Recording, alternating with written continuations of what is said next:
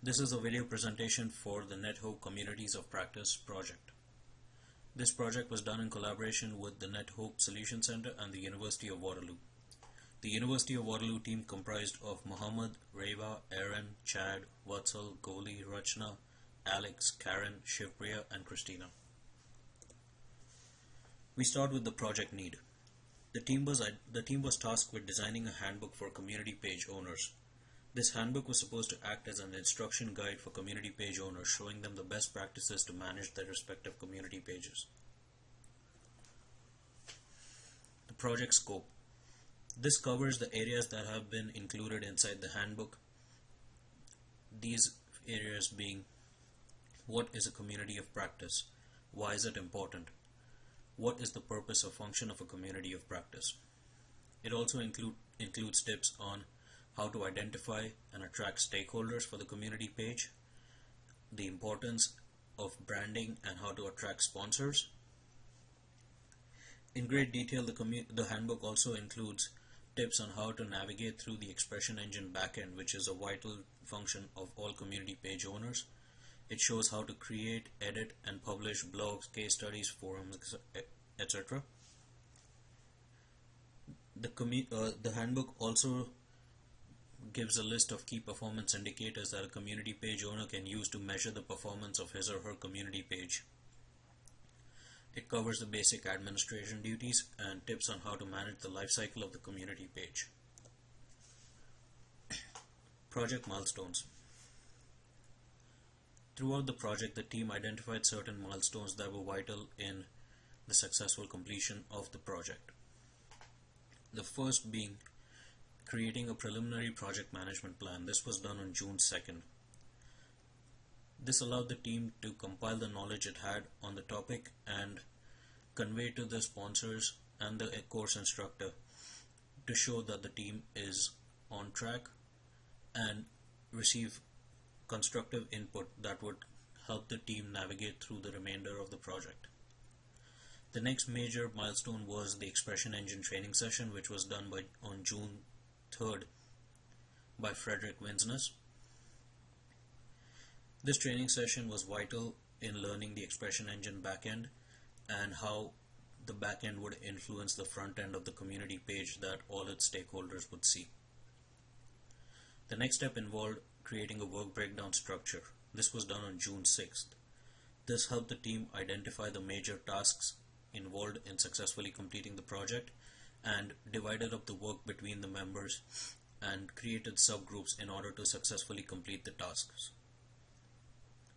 A finalized project management plan was submitted on June 9th. Feedback was provided by the NetHope team and the scope was revisited and redone, and new project scope was submitted on June 16th. On June 18th, the team received a training session for the Google Analytics software. This software is discussed in the metrics section and covers some of the key performance indicators that a community page owner can use in order to judge the performance of his or her community page. During the period of June 16 to July 10th, the team submitted initial and secondary drafts for their work to the NetHope team and Professor Carr, and received valuable feedback that it used to make modifications and adjustments to the content and finalized all the content by July 10th. The team then compiled the final handbook by July 21st and, as a last submission for this project, completed the video presentation, which will be submitted on July 28th. Project communication. Throughout the course of the project, the team was in constant communication with the NetHope team and Professor Carr. This was done mainly via emails, but there were weekly status reports done on Microsoft Word, and the main participants of that were the University of Waterloo team. The team created a summary of the project status and documented key accomplishments from the previous weeks and highlighted upcoming tasks and issues. During the weekly Skype meetings, in which the NetHope team and the University of Waterloo team both participated, we would review the weekly status reports and address any of the issues that were outstanding. We now move into the sections covered in the handbook. They are as follows: the introduction, lifecycle management, stakeholders, expression engine, and metrics. To successfully complete the task assigned, the team split itself up into smaller groups. Vatsal was assigned the project manager. The introduction section was given to Aaron, lifecycle management section to Muhammad, the stakeholder section to Reva and Goli, the expression engine section to Chad, Rachna, Karen, and Shivpriya, the metrics section to Alex and Christina. NetHope brings together leaders of 41 of the world's leading humanitarian development organizations. The NetHope Solution Center is a space where like-minded NGOs and organizations can find a cloud service and information and communication technology solutions to business problems and challenges that are faced in the workplace today. The project was presented by Frederick Winsness. The NetHope Solution Center community page serves as a landing page for new and thriving community around a hot topic in development. The page also serves as a feature which highlights new technology that is being developed and encourages experts to share knowledge and raise awareness about this new technology or new issue that is current in the world. We now cover some of the steps needed to build a successful community of practice. The first and the most important step is to define the objective. Why is this community of practice being created? The next is to identify the timeline. It is very important that the community page be launched when the topic being discussed is relevant and it's considered a hot topic. This will encourage the audience to discuss and raise awareness and bring forward information that can be very helpful. Knowing the target audience is very important, as the community page owner is expected to contact experts and leading members within that topic to discuss and help the other members get up to speed about what advances have been made in certain areas. It is important not to duplicate efforts. Identifying and engaging new members is very important. The best way to kick off a new community page is to host a high-level event. This indicates to all the members that a new community page has been created and encourages them to take part in the discussion. It is important to host frequent events. This keeps everyone engaged. One of the key steps is to involve influential thought leaders within that field. This will attract different members to the community page and help with the discussion and bring forth good information that can be shared with all the members. Regular interaction on part of the community page owner with its community members is very important. This will maintain the interest in the community page. It is always good to offer incentives to the members in order to encourage them to take part in the discussions and raise awareness. With all the advances in technology, using social media can be very beneficial to a community page. Using outlets such as Twitter, Facebook to attract new members and raise awareness of a particular community page can be very valuable for a community page owner. We now talk about some of the steps needed to maintain a community page. The community page owner should revisit objectives and ensure that the direction in which the community page is going is in conformance with its initial objectives with which it was initiated. It is important to communicate frequently with all members and stakeholders of the community page. The community page owner is also advised to hold at least 4 virtual events every year, depending on the topic. This will encourage members and keep them involved. It is important for the community page owner to strike a balance with the community ownership as well, which is the NetHope management. It is very important to set a structure for the community and adhere to that structure. This keeps all the discussions on track and makes the page more manageable. And lastly, it is always important to keep discussions lively and engaging. This encourages new ideas and helps the community page reach its objectives. We now talk about the lifecycle management of the community page. The first step is the page startup. This can be initiated by NetHope management or on request of community members that identify a crucial topic that needs to be discussed. The editorial team or the NetHope management can look into the potential feasibility of such topics and take steps needed in order to successfully create the community page. First of which being assigning a community page owner. The community page owner can then go on in conjunction with the editorial team or the NetHope management to create goals and targets for the community page. As part of the daily functioning of the community page owner is asked to perform certain administrative duties that will help the community page stay relevant and attract new members. The final step in the life cycle is the termination of the page. Once the targets have been achieved, the NetHope editorial team can monitor the activity of the page, and if the page is less active, they may decide to terminate the page.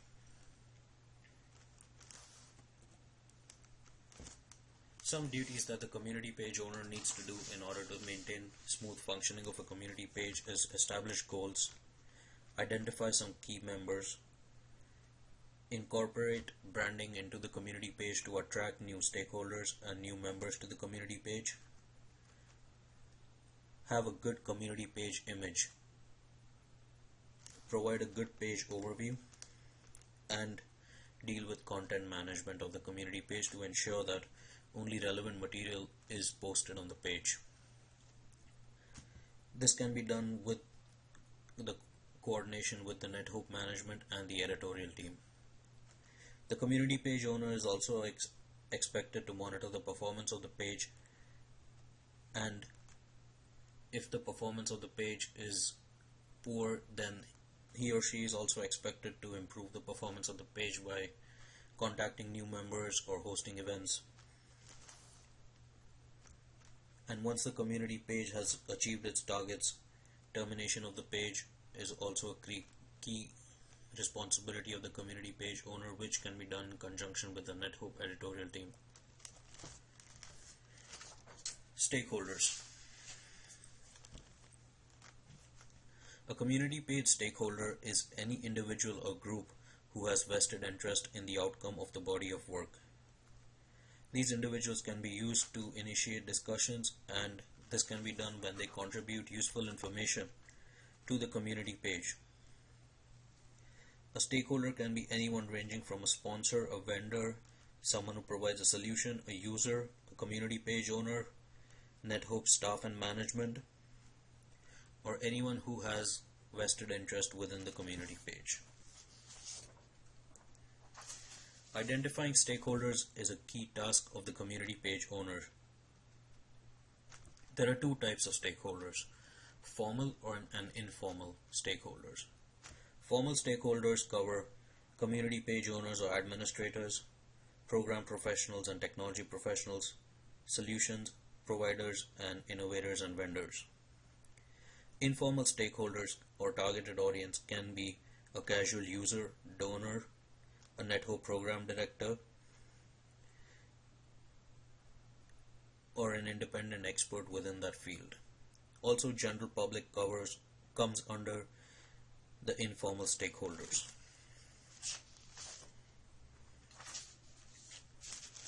Managing stakeholders.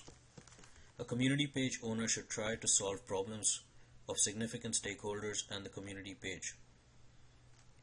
This can be done through periodic surveys and open discussions to help identify problems. The community page owner needs to understand the concerns and meet the expectations of the stakeholders. The community page owner should respond coherently and appropriately to all concerns raised by any stakeholder. There should be open and clear communication all throughout the life of the community page.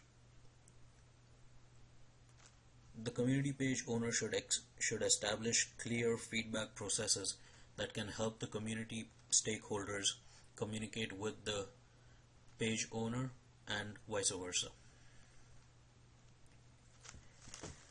They should also work to seek mutually beneficial outcomes where feasible.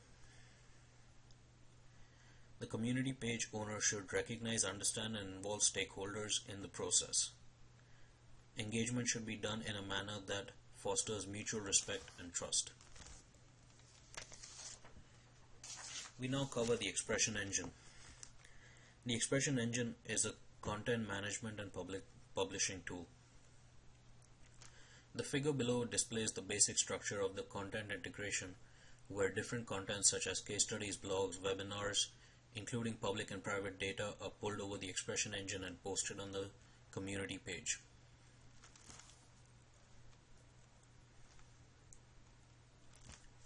This is the general layout of the community page.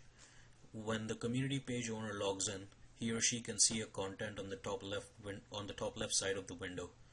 This menu helps them navigate through the different tasks needed. They can also use the three fields of create, modify, delete, or view in order to check the performance or status of their discussions or postings. The sidebar shows the login ID of the community page owner.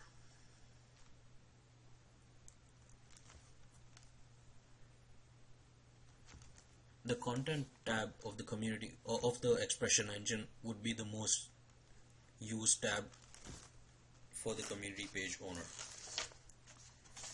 We now cover the publish tab, which can be used to create new blogs, case studies, or external links. This figure shows what sections need to be filled in order to create a new blog and its corresponding impact on the front page. The title of the community page is highlighted in red and can be seen on the front page as Office 365 Nonprofit Move to Cloud for Global Relief. The blog author can be the community page owner or a stakeholder who has identified this particular topic for discussion. And the body of the blog is identified in green and shown on the corresponding window where it shows the layout on the front page.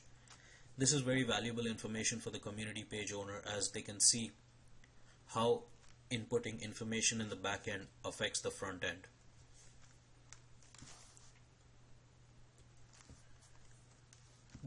The second tab is the edit tab. This allows the user to edit information for different content such as blogs, case studies, external links, and includes a program overview. Detailed steps are covered within the handbook. The file manager is the next important tab for the community page owner. This allows the community page owner to upload files to the blogs, case studies, and external links. Details for each step of the file manager are also included inside the handbook. We now come to the metrics section. Metrics are key performance indicators that the community page owner can use to judge the performance of his or her community page. The homepage of the Google Analytics window is shown in the figure. The team has identified some key performance indicators. The first one being sessions, which is also called visits. This covers each time a user finds a new site. Second step, the second key performance indicator is users, also known as unique visitors. This is the number of times people visit a certain site within a given period of time. The next key performance indicator is page views. This includes whenever someone views a page on the site, such as a community page or a blog post, it counts as one page view. If the user then looks to another page, that will count as an additional view. The next key performance indicator is pages or sessions. This metric shows how many pages people are looking at when they visit. For example, if the site has 5,000 visits and 10,000 page views, that's an average of 2 pages per visit. 5,000 visits and 5,000 page views would average of 1 page per visit. The next key performance indicator is the average session duration. This measures the time it takes for an average visit. The next key performance indicator is the bounce rate. This metric is a percentage of which users visit the page and immediately move on without looking at any of the other pages. The bounce rate of 100% would mean that the user enters the site through one page and then immediately leaves the site without visiting any additional pages on the site. The lower the bounce rate, the better. This would mean that the person visiting the site has viewed more than one page. The final key performance indicator is the percentage of new sessions. This includes a number of visitors who find the page for the first time.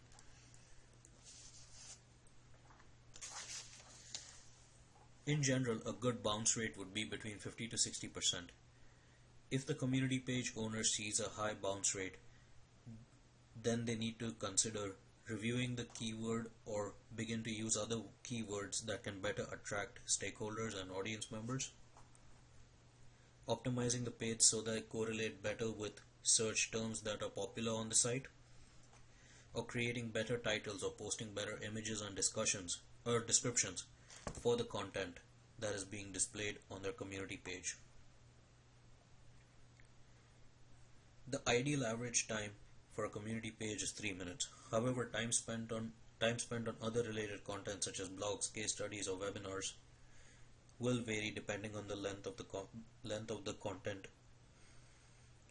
Blogs are roughly 3 minutes, case studies 4 minutes, webinar listings about 2 minutes. The team now provides a sample view of a dashboard that can be seen by the community page owners. Details of each of these tabs are below. The first tab involves how to find your blog. This shows which sources that drive the users to the website. The percentage of new visit tells the page owners how large percentage of these visitors have already paid a visit to the site before this latest visit. The next step involves the browser bounce rate. This can help the community experts find what browsers are widely used by the community pages and the bounce rate for certain browsers. The next bit shows where most of the readers of the community page live. They can use this to cater information in a certain way that will positively impact users from a particular area. The next tab in the sample dashboard shows which posts are the most popular. This will help the community page owner identify topics that the readers are most passionate about. The next tab shows which pages are most unpopular, and these show which have the highest bounce rate.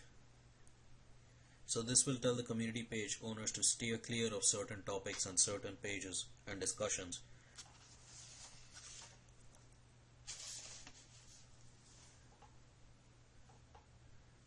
The next tab shows sessions and bounce rate by social network.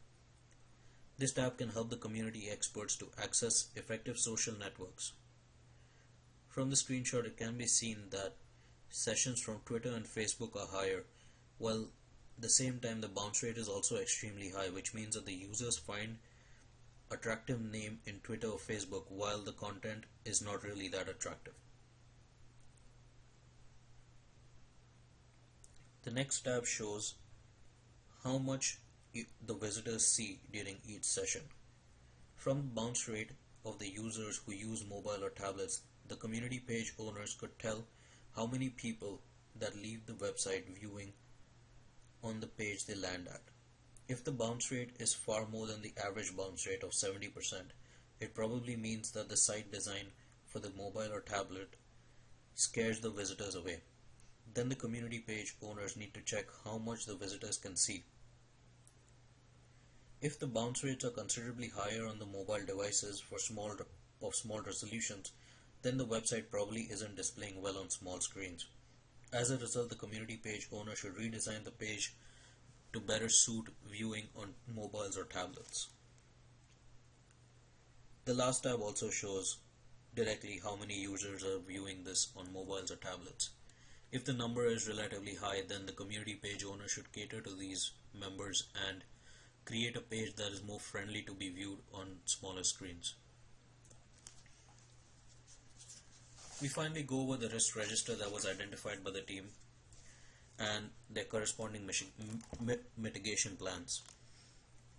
The first risk is coordinating meetings with project stakeholders to discuss progress and receive feedback. The probability is medium, but the impact of this is very high.